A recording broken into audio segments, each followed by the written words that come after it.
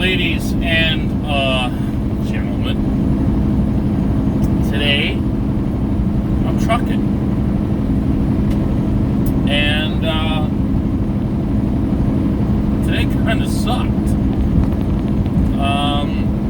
Hold on, let me try to clean my windshield. That's just nasty. There's just some streaks there.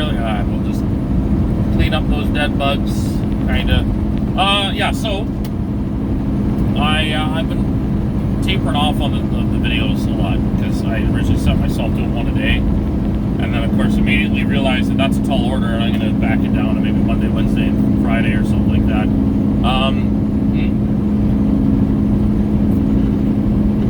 I'm going to get you, Stevens. I'm going to get you, buddy. Okay, no 65 mile an hour for me. Let me tell you. Okay, I'm done with the static. So I had a run down to, actually, oddly enough, pretty much the last time I was taking videos there, a run down to Georgia, going to Columbus to deliver, and that's no big deal. That's a big piece of wood, almost looks like fucking nails in it, Jesus. Get down there, kind of the same thing as every time I go into that place. You can't deliver when you get there, so you wait overnight and deliver the next day. No big deal, get everything done. And then I get my dispatch to go to a kind of a new place. I had to go over to, like, across, basically due east to Savannah, Georgia. So like, okay, it's a new place to be, new things to look at. So I get down there, and I kind of like that color of this truck.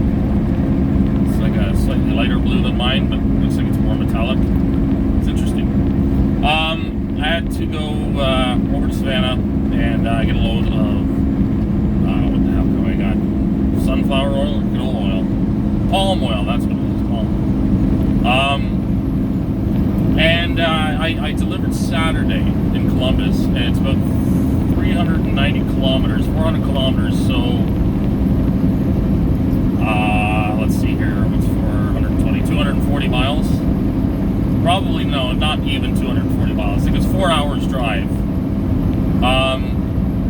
But it didn't load till Monday morning. So like, okay, like, you know, you guys know you're going to be paying me an overnight. Oh, yeah, we know. We figured we'd do this way just in case you're super late getting delivered in Columbus again, because they kind of have a tendency of holding you up for a day or two. But they didn't. Like I said, I showed up there the night before. Everyone had gone home already. I was like, yeah. Like, there's a night guy there. He's like, sorry, man, I can't unload you. It's just me back here. Everybody went home. I said, no, man, I know. I just came here for the night. I don't want to unload tonight. I just wanted to come in and use the restroom and all that nonsense. And I just laughed. Oh, man, thank God. Yeah, no big deal. Get there, deliver. So I got delivered basically when I was actually scheduled to deliver there, which was Saturday morning. So I get into Columbus, or Savannah, Saturday afternoon. And we have another guy, a newer guy, a friend of mine named Mark, who just started with us. So we've been they've been sending us on a lot of runs together, though not necessarily at the same time. Mark is basically a little more than a day ahead of me now. And he was a day ahead of me when we left to go south.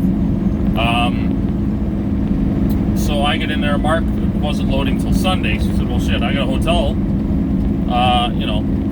you want to hang out? And I, like an idiot, said, nah, you know what, I'm just going to hang out in my truck, do a reset. I got a bunch of cleaning. I wanted to do a whole shitload of cleaning in my truck. And I knew if I went and got a hotel room, especially with a friend, like, we'd be hanging out, going out, doing stuff or playing video games or whatever, I wouldn't get any work done. So I was like, I want to get, clean the inside of the truck out, rearrange all my tools, and, do, like, the basic little crap that needed to get done. So initially the plan was, went to the truck stop, or the tank wash, sorry, dropped the trailer off, and my new one was ready and washed. I'm like, well, I'm not going to get anywhere with it until Monday. There's no reason why it can't sit here for a day or two, because the tank wash doesn't know when the trucks, like, when trailers are going to be picked up. They wash the trailer, use their shed truck to park it somewhere, and that's it. So they, I was like, well, fuck, I'm going to grab my wash ticket off it just so it doesn't blow away in the wind, and I'm going to go bobtail to a truck stop, because then it's way easier getting a parking spot at a truck stop when you're bobtailing, because you're not worried about trying to make sure you can back into a spot, right? It's pretty straightforward. So one of the things that Mark and I both kind of agree on, and no offense to anybody who watches these that are from the South, typically southeastern United States truck stops are usually shit. To be like completely blunt, they're crap. They're usually busy, they're usually dirty, they're usually grimy. Parking is usually really, really fucking weird or at a premium. And it's there's really nowhere to go where like you're kind of safe from somebody backing into your truck. Like, they're all built from back when trucks were a lot shorter or smaller. And unlike on the West Coast where there was all kinds of room to expand, down on this side of the country there isn't. So a lot of these truck stops are still very small and not particularly well suited to modern day trucks. So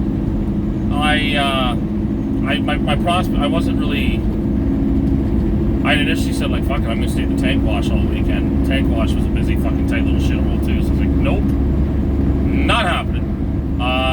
Dropped the trailer, but then I discovered on my way to the tank wash that there was a freshly built truck stop, and it's like some of the come and goes or the quick trips do across the U.S., where it's technically a gas station, or at least used to be, and they decided to add truck pumps at a couple of parking spots.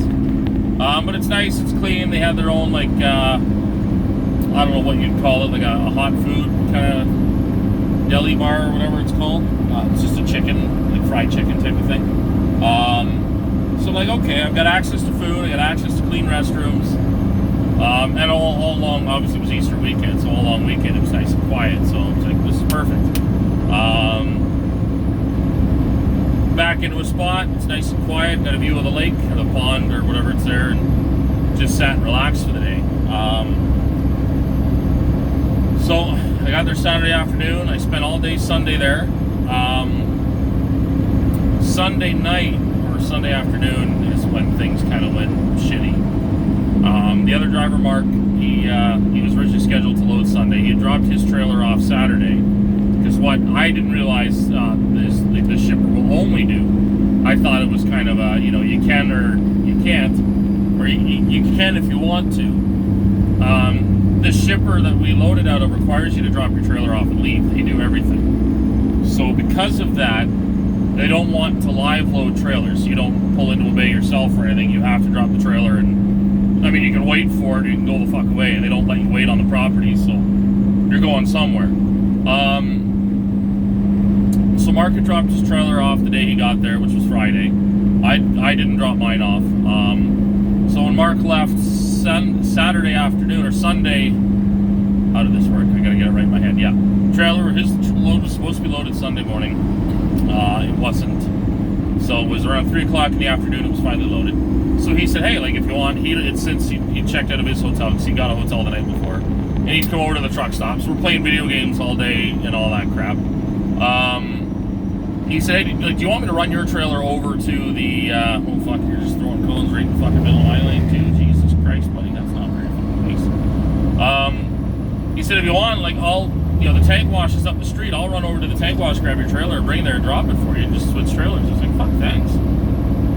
So I give my wash ticket, he zips off, and I get a text from him, like, well, it was like 10:30 at night. He's like, there's a bit of a problem. You no longer have a trailer. I said, what? I guess the rear valve that we open up manually to unload the trailers began to leak. And what I'm realizing, which kind of sucks with this trailer too, there's, how do I word this? They're in a tricky spot with that particular load. I'm not sure if Mark's going to be able to be okay with it once he gets to Canada. So what happened is the tank wash where these trailers come from, a lot of the tank washes don't put a final seal, and I think I've talked about this before. A lot of the tank washes will put like a temporary seal, and then they'll give you like the final seal inside the rear box with the pump, or it'll be it'll be with the paperwork with the wash ticket and everything. the idea is that you can break that seal, check inside the pump, make sure, or the pump box, make sure everything's good, and then seal it up yourself, so that it takes the responsibility out of the wash's hands for ensuring that the trailer is ready to go. This particular tank wash doesn't do that. They put things back together. They put the final seal on it.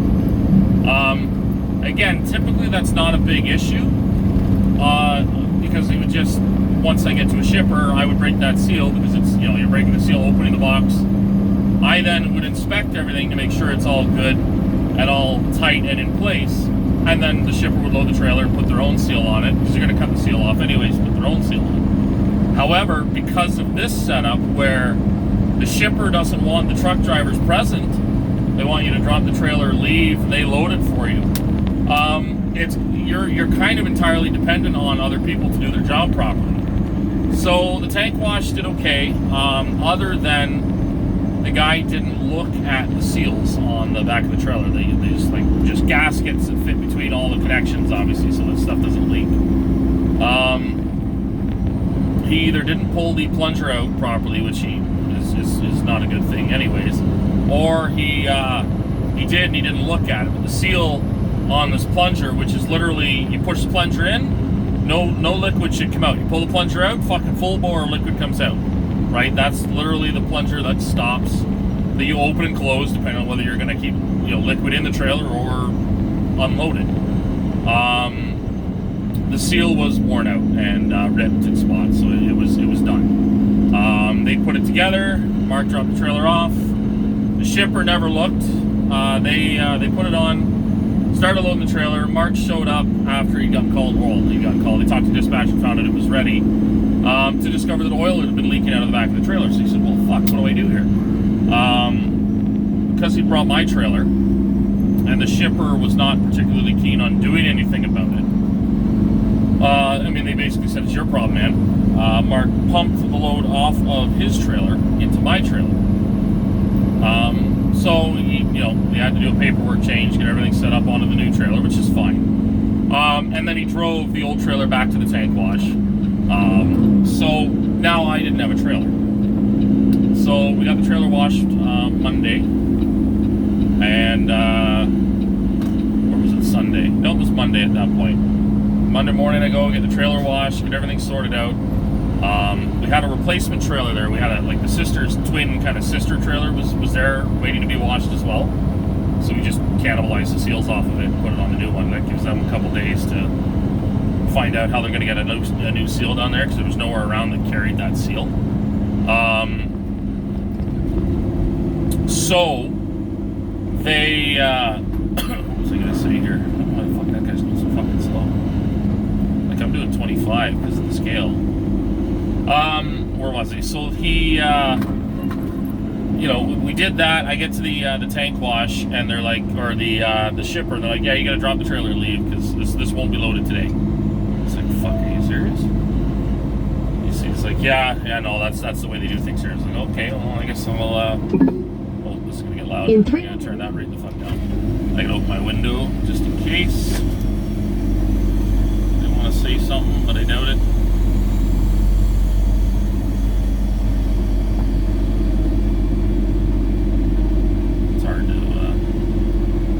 Hard to say.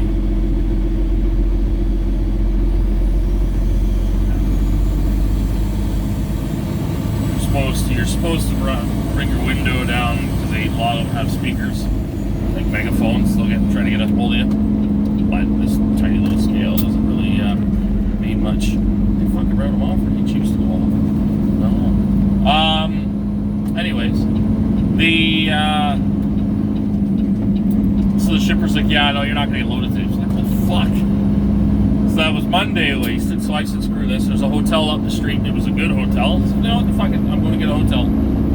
Parked the truck in the parking lot, went to the hotel, spent the night, got up this morning, found out the trailer was loaded, and got the thing together and took off. I think for most guys that would have been horrible. But I'm getting at least 2 full days layover, which is, it's over $1,000. Possibly 3 days, because it did amount to almost 3 days. It was Saturday. Saturday to 5 to Sunday. Yeah, no, 2 full days. I think is probably the best I'm gonna get. So after that, well, that's why I'm coming into Virginia. I spent all day today in traffic.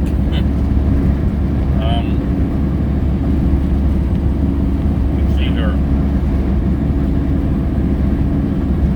First trip was to Charlotte, North Carolina. No. All through Charlotte, from South Carolina into Charlotte. It's just a zoo. It was a shit show before that too. Well, 26, that's why. 26 was a big wreck, so it was all fucking backed up. So most of today's just been non-stop sitting in traffic, like trying to go up and down hills at like walking speed with a fucking load that just kind of slashing back and forth. So I'm just like, I had 3 whole days off, and I'm already like totally over this shit. Like, as sad as that sounds. So I'm gonna be a little bit more forceful when I get home on insisting that I get something farther west. A lot of my trips lately have been to like the east coast or southeast. You know, last week I did the last run of the week I did was a trip to Laurel, Maryland, and which is like it's the outskirts of Washington D.C. I went down there in one day with Mark, and it was a bad day. There was a lot of poor driving habits. The weather was bad. We were there was a lot of people drifting into our lanes, cutting people off. Lots of very aggressive driving behaviors. You know, going through on the turnpike, going through the toll booth, and guys are trying to go around you as you're exiting the toll booth, cutting you off, trying to, you know, their lane ends, but they just kind of drive straight into the side of your truck. Now, Mark, bless his fucking heart, I said, can you fucking deal with that guy? And Mark would just fucking drive into his lane and push him on the shoulder, because Mark is pretty hardcore. You know, but really you shouldn't have to do that, and I mean, we didn't have to do that, but it's like, no, fuck you, you're gonna drive like that, you're gonna get treated like an idiot. There was a lot of that, right? So we got there, delivered that night, and we were initially told we weren't allowed to spend the night there, which got us both wound up because we were out of hours, and or close to it. And where do you go from there? It's 9 o'clock at night in Washington D.C. on a weeknight. There is nowhere to go, right? Oh fuck, there's just a drop trailer here. That's outstanding. Luckily, again, it's that kind of that weird difference between being a door swinger and dealing with places and being a tanker hauler. The security said, no, you're not allowed to spend the night here.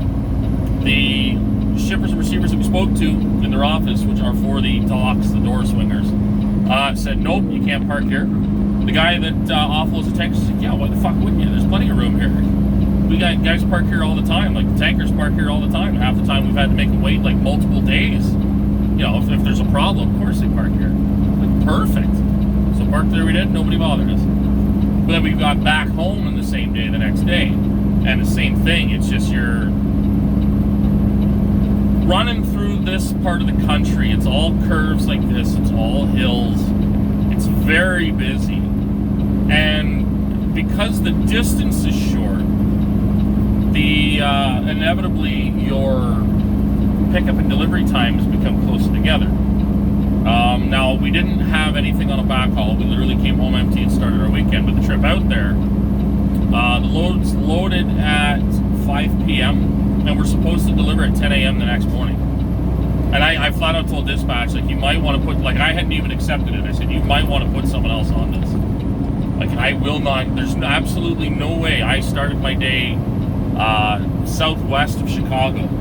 I said, there's absolutely no way I'm going to get there in time. Absolutely none whatsoever. The response was, well, just switch with Mark, because both loads are going to the same place. One is for 10 a.m., one is for 4 p.m. I said, well, the point of me taking this load was to train Mark. So if we're going there at different times and Mark was there first, what exactly is the point of both of us going on this run? I'd rather go home for the, to start my weekend. And then it came up, well, we really need you to do it. We don't have anybody else to do it. It's like, well, then don't try to fucking lie to me about it. Just tell me, hey, man, we really need somebody to do this load. Can you grab it? And I probably would have said yeah, because I had nothing better to do. Except for the problem with the liquid load. So I dropped half a gear to stay behind this guy while people passed me. But now the liquid's moving every time I split between 7 low and 7 high. So as soon as I get into 7 high, the load hits the back wall, it slows me down to the point where I can't keep accelerating. So I gotta rev the piss out of my truck. Like, I'm up to 1400 RPM now. I gotta go up to like 16 or 1700, which is like 200 to 300 more RPM than I like revving the truck up to. Just so that when I upshift, my RPMs are still high enough that I don't start bogging down and lose all my speed. Where was I? So the problem was then, well, it didn't matter if we switched loads. The loads get loaded at the same time at like 7 o'clock at night. It's like neither of these loads, we're not going to make it there for 4 p.m. tomorrow, right? Let alone 10 a.m. So, but it's like, well, that's the way it's going to be. That's what we're doing. So we got there at like 7-ish. And I mean, as kind of expected, the guy wasn't angry. He made a joke about, well, you guys make me wait, I'm going to make you wait. I don't fucking care, man. We're done for the day. We're just happy to be here. He's like, yeah, no, I'll get you in here in a second. He just had to finish up a trailer in front of us and get to us, right? Like, he was just teasing. But again, it was kind of it was a really shitty day going down there. Like, we were both just. And Mark's been driving for 11 years, and that doesn't qualify him as an expert or a veteran by any stretch, but he's certainly got a lot more stamina than I do doing this. And even he said, he's like, I'm so fucking dead at the end of the day.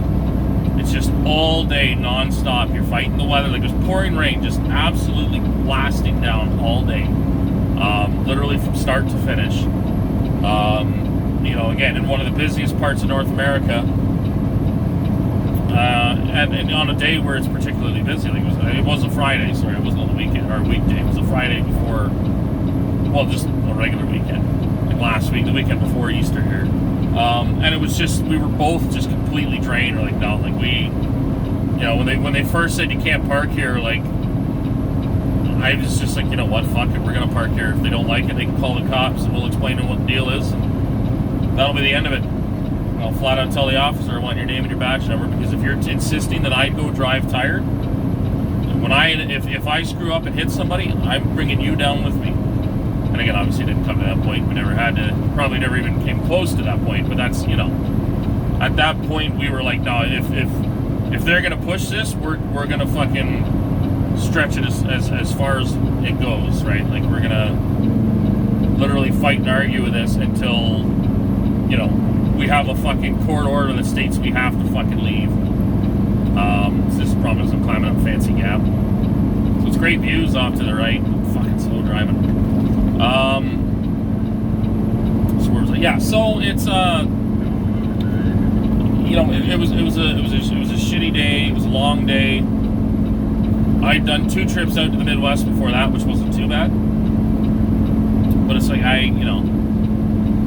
I've not done anything out west since that trip to Henderson I did, and I know that I'm long overdue for it. My father, who went to Henderson a week after I did, has already been again, and I have not. And I seem to now just consistently get like upper Midwest and Georgia runs. And I'm not sure. Like, again, I've spoken to my dad. He's like, you gotta bug him for the West stuff. It's like, yeah, but I do. But it's kind of we'll get you going, and then we're gonna send you to Pennsylvania, and it's like I'm kind of running out of ideas as to what to do other than saying no, I want to go out west, or I'm not going anywhere, because then no matter what, in everybody's eyes, I'm the asshole. So it's like you're kind of there. You have to. I don't know the proper, I guess the proper balance point between whatever balance point you need to get at to actually convince them to send me out west. I seem to either be too lenient, so they kind of just dismiss it as, Dan's not complaining about what he's doing now, so we'll tell him we'll send him out west here eventually and leave him until he snaps. Or I end up snapping, and then, like I said, I could end up saying something that will kill dispatch's opinion of me, and I might have to start looking for work again. There's this fine line. So my dad seems to tread it pretty good because he's been doing some pretty jammy freight, but I can't. And I've been, every email, every phone call, every time I'm in the office, I'm like, I'm not even subtle about it anymore. Like, oh man, sure would be nice to go out west, Bruce. And like the last time I asked, I was like, well, be careful what you wish for. Never went out west. Like it didn't happen, right? So I'm not sure, like I said, I know there was some talk in our company of several of the owner-operators quitting, and then when they were inevitably asked to come back because they just, nope, I'm done, I quit. They said, well, I want dedicated Henderson, or dedicated out west freight. The impression I got, or at least what I was kind of like, I was pretty much directly told this, is that whoever at our company is in charge of employee retention gave it to the guys. So there were like 4 or 5 owner-operators that now, it's not dedicated Henderson because the Henderson stuff is slowed down, but they're running dedicated West Coast or to the Western U.S., which means that those loads just don't come up at all anymore. So the rest of us who are not quite so squeaky wheels are not getting any grease, right? We're not getting anything nice because now it's like, well, and I understand the dispatcher's logic, right? If you don't say there's a problem, they're not going to just, they're going to assume that there's no problem, right? They're not going to ask you if everything's okay, because that invites a problem. It's an ostrich kind of mentality, I guess, right? I'm not losing my shit because I'm going to Georgia all the time. So it's easier for them to say, well, Dan's happy with it, let's just keep giving him that until Dan complains and actually has a big problem with it, right? Then they'll worry about it. I've also run into the problem at carriers where, because I'm a new driver, because I'm young, I'm not even young anymore because I'm a new driver, I've gotten a lot of the like a bit more of the strong, not from the company I'm currently at, but I've gotten like the kind of, you're not going out there, right? We don't have freight for you to go out there. We got other guys going out there right now. You're going here, right? And I get told where I'm gonna go. And I think that's kind of it's gonna be something I deal with for a while. Even though at this point, at least career-wise, I'm kind of past that point. Again, based on pure actual trucking experience, I'm not. Most guys, again, in 2 years, they're still working for a mega carrier, hating their life and going wherever they're told, being gone for weeks on end. I'm already gotten to that point where it's like, no, I don't fucking want to do that. I don't want to do that. No, I'm not going to do that. I still take everything, but I'm not afraid anymore to say, this won't get there on time, or this is, we're going to need to do something else with a return trip, because this isn't going to work. And I've never said no to freight, right? I've never said no to a load, because again, it does. I should reiterate that I have turned down twice loads that I was offered as I was pulling in my driveway, and I was asked to turn around and go back to work. And then the response was no.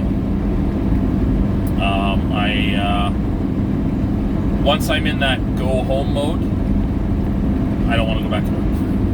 Especially not when I am like I'm already out of the truck. I think the last one was a month ago, I think. I brought the truck in for a little bit of work. I don't know what the hell I had done with it. I know I had the computer changed on the throttle and everything to make it a little bit more responsive, and there was something else that changed. Oh, it was I had to check engine lights, my fuel filter, and filled up over when it got really cold and all that. I dropped the truck off on a Friday afternoon. It was originally not supposed to go out again until Monday. And I told, well, no, it was the middle of the week, it was like a Tuesday. I was supposed to go out again Friday. And I told dispatch, like, they're going to be a day or two getting the trailer or the truck fixed. So, you know, I had not even gotten home yet. Like, I dropped the truck off at Peterbilt.